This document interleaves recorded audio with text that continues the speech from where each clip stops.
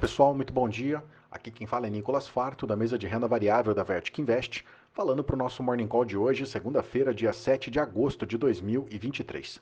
Bem, mercado opera misto nesse começo de semana em que a gente vai ter dados de inflação de vários países, incluindo Estados Unidos, China e Brasil.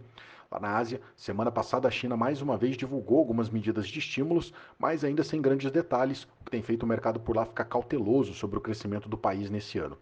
Nessa semana vão sair dados de inflação ao consumidor e ao produtor chinês. A expectativa é de queda para a inflação chinesa, o que pode abrir caminho para o governo dar mais detalhes e implementar medidas mais amplas no país. Lá na Europa, a semana passada teve como destaque indicadores econômicos que ainda sinalizam para uma atividade mais fraca. Lá na zona do euro, o PMI industrial marcou 42,7 pontos, enquanto no Reino Unido o número ficou nos 45,3 pontos, ambos abaixo da linha dos 50 pontos, indicando uma contração.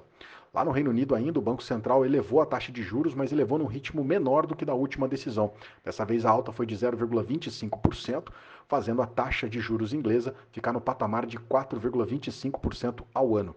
Hoje o mercado europeu está negociando com viés de queda, refletindo a produção industrial da Alemanha, que caiu no mês de junho 1,5%, enquanto a expectativa era de uma queda menor, de 0,5%.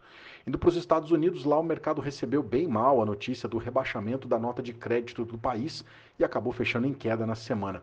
O Dow Jones acumulou queda de 1,11% na semana, S&P caiu 2,27% e o Nasdaq acumulou uma queda de 3,02% na semana passada.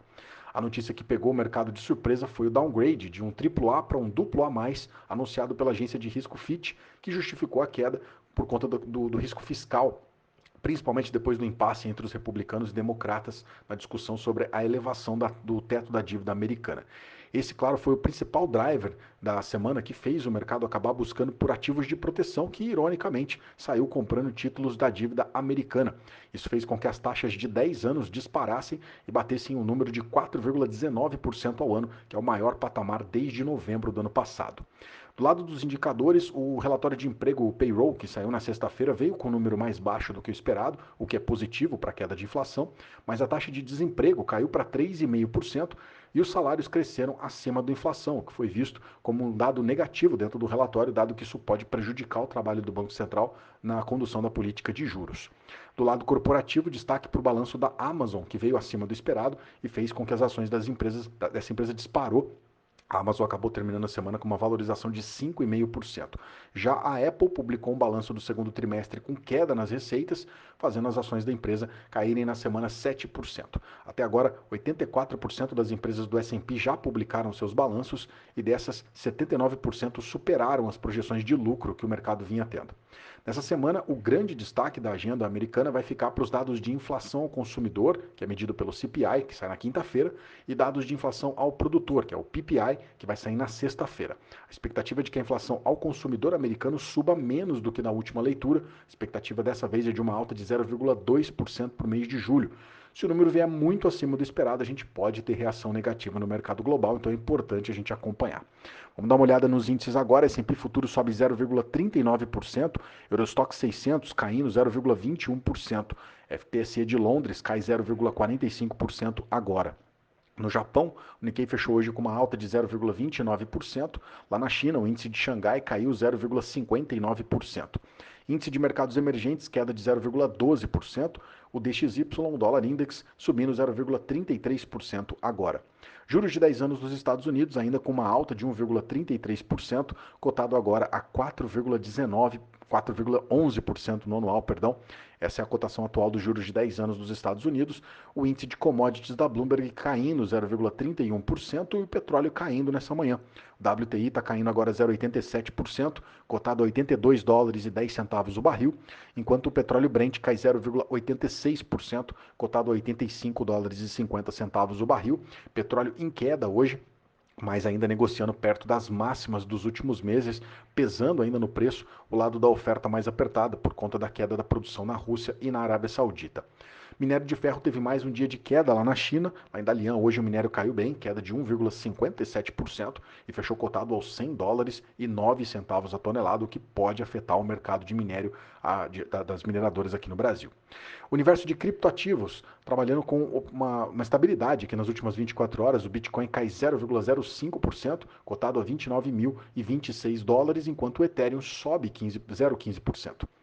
Ethereum agora está cotado a US$ 1.831. Por aqui, o Ibovespa fechou a semana com uma queda de 0,57% e terminou nos 119.508 pontos. O dólar disparou, subiu 3,03% na semana e fechou R$ 4,88 a cotação.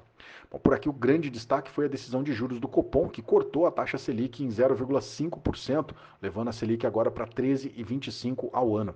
O cenário base para a maior parte dos analistas era de uma queda menor, de 0,25%, o que acabou gerando um certo nível de otimismo depois da divulgação, mas que não se sustentou ao longo da semana pelo impacto das notícias externas e também por conta de resultados corporativos locais que acabaram afetando o nosso índice.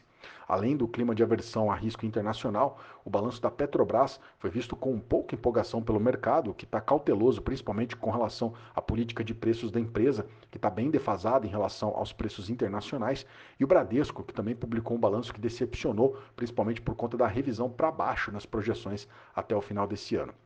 Do lado positivo, destaque para as ações do setor de frigorífico. A BR Foods subiu mais de 19%, Marfrig subiu 17%, JBS subiu 9,9%, isso tudo com o mercado esperando por bons números da temporada de balanços do segundo trimestre, que também sai desse setor ainda essa semana. A temporada de resultados por aqui essa semana vai ser bem carregada. Destaque aqui para o Banco Itaú, Banco do Brasil, B3, Eletrobras, enfim, vários nomes vão divulgar ao longo dessa semana, então é importante para a gente acompanhar. Bom, e finalizando, nessa semana nosso destaque de agenda vai ficar para amanhã, na terça-feira, quando sai a publicação da ata dessa última reunião do Copom, que reduziu a taxa de juros em 0,5%. Então a gente vai ter mais detalhes do racional dessa decisão e o que deve ajudar o mercado a já se preparar para as próximas decisões. E para finalizar, na sexta-feira a gente também tem o nosso dado de inflação. Saiu o IPCA na sexta-feira, o time de economia aqui da XP está projetando uma alta de 0,01% na comparação mensal para o IPCA fechado no mês de julho. Bem, esses são os destaques para o dia de hoje, para essa semana. Eu agradeço a sua companhia e te desejo um excelente dia. Um grande abraço, valeu e até amanhã.